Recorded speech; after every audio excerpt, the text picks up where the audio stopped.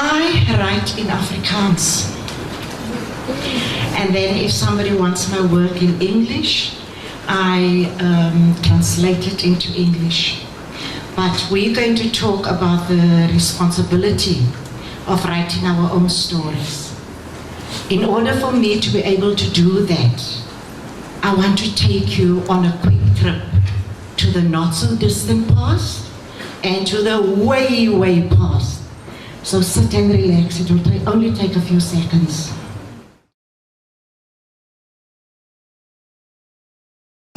Right, so, in the place where I'm living now, 1652, a guy came. Did you know that he was a minister of religion? Do you know whom I'm speaking about? Jan van Riebeeck.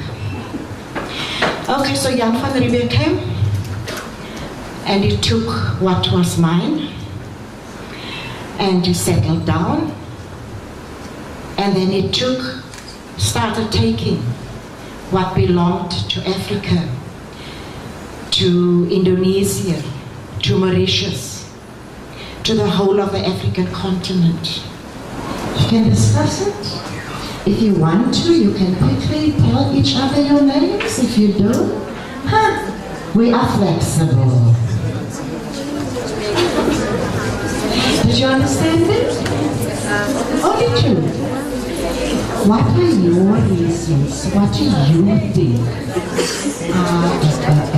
are your responsibilities as far as using your own language when you write something?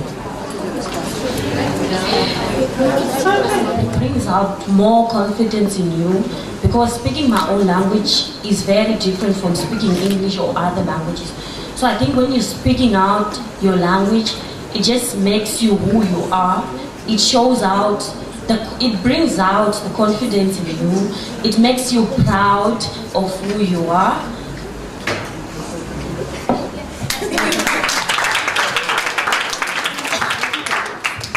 Hi, I'm Megan and I'm from Frontier Secondary School. The two reasons why our language is important is because it shows respect and the different morals that we all have, and dignity. Thank you. Languages. We are in 23 years already, and I feel ashamed that I've only got 2.25 of languages. Well, the one is very difficult. All I know is that's all. It's so fast, but we must try. But do me a favor, please. Together with learning other languages, take the responsibility and learn the culture that goes with those languages as well, so that we do not disrespect people unintentionally. I'm interested. I'm happy to listen to all talking about preserving your own languages. I remember at one time, it was in 1965, when I created productions in Zulu. And some people laughed and they said, "What, in Zulu, on stage? No, it won't work, you know, it will never go anywhere." But I had a vision, and I felt that we needed to create plays, we needed to create poems in our own languages. And that is what I did, and I started writing radio plays for Ukhozi. It was not Ukhozi at the time, it was Radio Bantu at that time. And it's amazing that out of all that, when I created Magubeni and took it all over the world, people loved it. And then you say, why do you cry when watching this production because you don't understand Zulu? And they would say, it's so beautiful, you don't have to explain. So what I'm saying is that the language, your language can take you everywhere as long as you are proud of yourself, as you're proud of it. And there are people who love it. That is why ladies speak Black Mambazo. Today is the glory of God. When you guys were born, on whatever date it is, and whatever date my brother and sister and I and others, this day was put down for you and I and all of us to be here. And we have to thank the Almighty. Namaste, Om Shanti Om. Namaste, Om Shanti Om. Assalamu alaikum wa rahmatullahi wa barakatuh. MashaAllah, alhamdulillah. San Bonan, Ninja Africa. Ya, le piladwam, dibuas tuana, ako na mo tubuam tuana.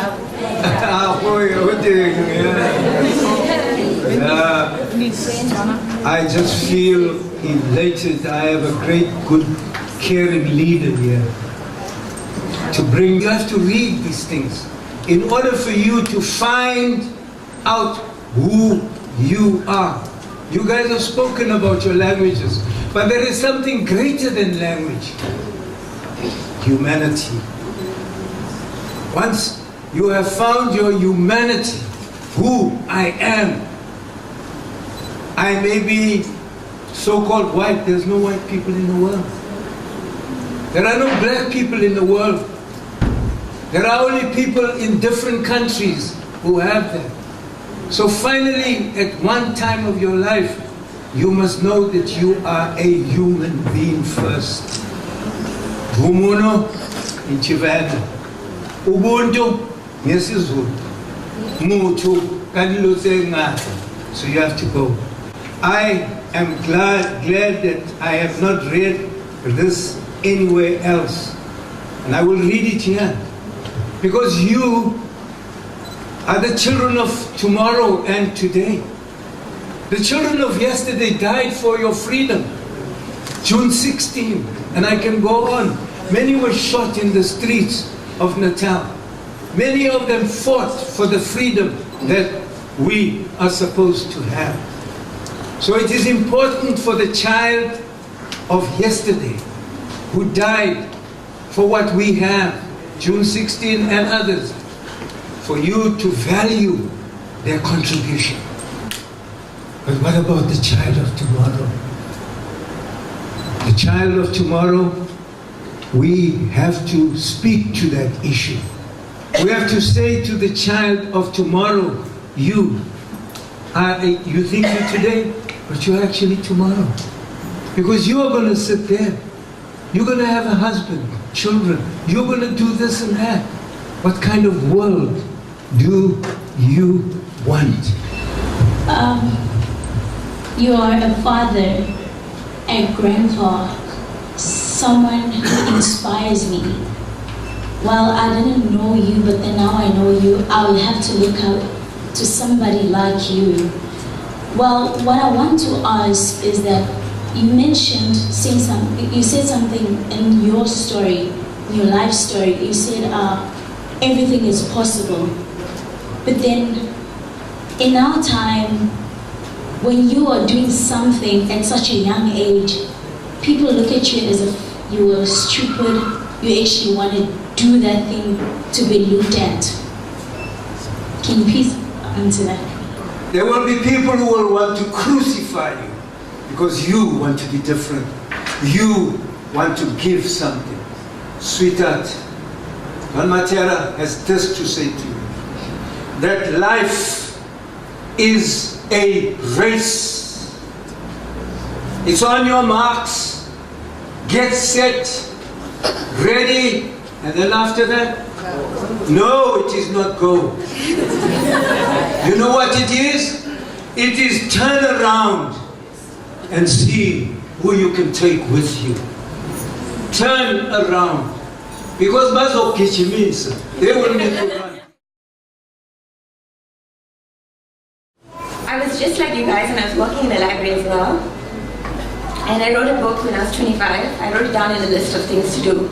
publish a book when I'm 25, and I did. And I was you guys. Yeah. So he made me very emotional. So just remember that what he said is dream big, because you could be sitting here in a few years' time. And it amazes me that I can sit here and talk to you guys. Okay.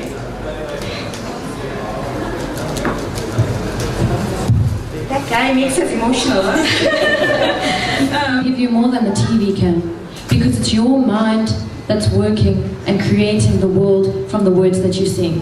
The TV, it's given to you, but these books have entire universes in them, and it's completely okay, and it's absolutely amazing for you to go and read these books.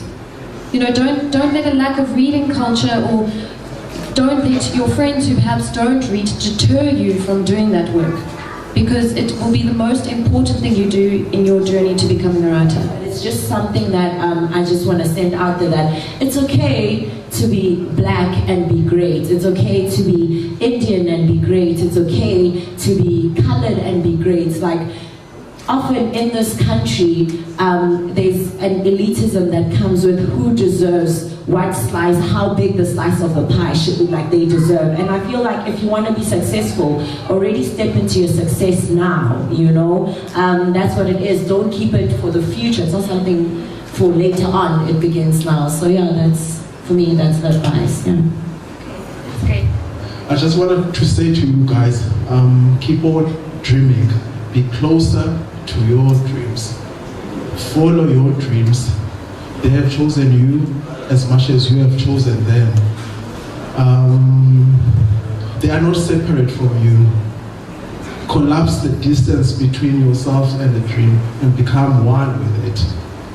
And instead of, for example, of saying I want to be a singer, say I am a singer.